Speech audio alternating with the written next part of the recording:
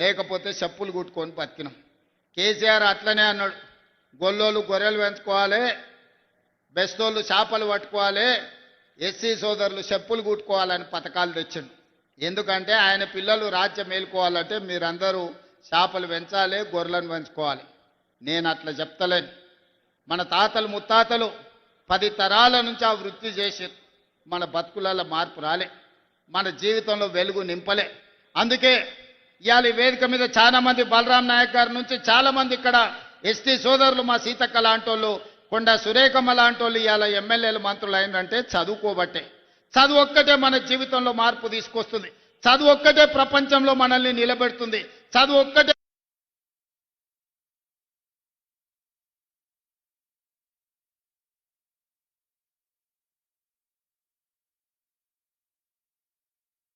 ప్రపంచంతో పోటీ పడే విధంగా తీర్చిదిద్దుతుంది. పిల్లలను చదివించుకోండి, మీ చదువులకు కావాల్సిన వసతులు ఏర్పాట్లు చేసే బాధ్యత నేను తీసుకుంటా. ఇక భవిష్యత్తులో ప్రభుత్వం భూములు ఇస్తుందనో, ప్రభుత్వం ఆస్తులు పంచుతుందనో ఆలోచన పెట్టుకోకండి.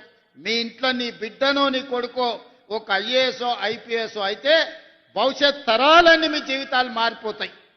మీకు భూమి ఇస్తే ఉంటే ఉంటుంది, పోతే పోతుంది, మళ్ళా భవిష్యత్ తరాలు అట్లనే ఉంటాయి. అందుకే చదువుకోవాల్సిందిగా ఈ వేదిక మీద నుంచి నేను సూచన చేస్తున్నా. అందుకే మిత్రులారా, ఒక పక్కన రైతులను, రెండో పక్కన మహిళలను, మూడో పక్కన విద్యార్థి నిరుద్యోగ యువకులను ఆదుకునే బాధ్యత తీసుకున్నాం. అందుకే 10 సంవత్సరాలు వాళ్ళు నియామకాలు చేపట్టకపోతే వాళ్ళ ఇంట్లో ఉన్నోళ్ళందరికీ వాళ్ళు ఉద్యోగాలు ఇచ్చుకున్నారు. కానీ మన ప్రభుత్వం వచ్చిన తర్వాత తలలు లెక్క గట్టి 61,379 ఉద్యోగాలు ఎల్బీ స్టేడియంలో మొదటి సంవత్సరంలోనే నియామక పత్రాలు ఇచ్చి నిరుద్యోగ యువకులకు గ్రూప్ 1, గ్రూప్ 2, గ్రూప్ 3, గ్రూప్ 4 వివిధ శాఖలలో ప్రభుత్వ ఉద్యోగాలు ఇచ్చినాం.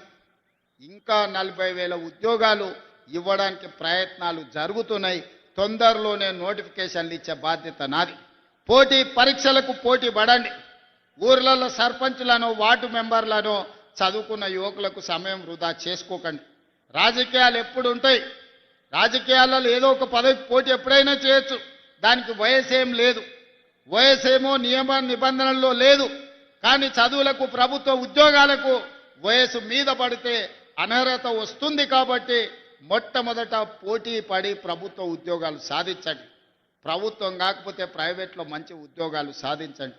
మీరు, మీ కుటుంబాలు బాగుపడతాయి. మీ తల్లిదండ్రులు ఉపాధి హామీ కూలికి పోయి రూపాయి కూడబెట్టి కష్టపడి మిమ్మల్ని పీజీలు, పిహెచ్డీలు చదివించింది మీరు మళ్ళా గ్రామాలకు వచ్చే రాజకీయ కక్షలకు బలి కావడానికి కాదు. బాగా చదువుకోండి, ప్రభుత్వ ఉద్యోగాలు సాధించండి. గ్రామాలలో ఉండే యువకులు గ్రామాలను అభివృద్ధి చేయడానికి ఎన్నికల్లో పోటీ చేయండి. ఎన్నికల్లో గెలవండి, ప్రజలను గెలవండి. ప్రజల మనసు గెలిస్తే ఆటోమేటిక్గా పదవి వస్తుంది. నేనే ఉదాహరణ, 2006లో నేను జడ్పీటీసీ ఇండిపెండెంట్గా గెలిచిన, 2007లో ఎమ్మెల్సీ ఇండిపెండెంట్గా గెలిచిన, 2009లో ఎమ్మెల్యేగా గెలిచిన, 2014లో ఎమ్మెల్యేగా గెలిచిన, 2019లో ఎంపీగా గెలిచిన, 2021లో కాంగ్రెస్ పార్టీ ప్రెసిడెంట్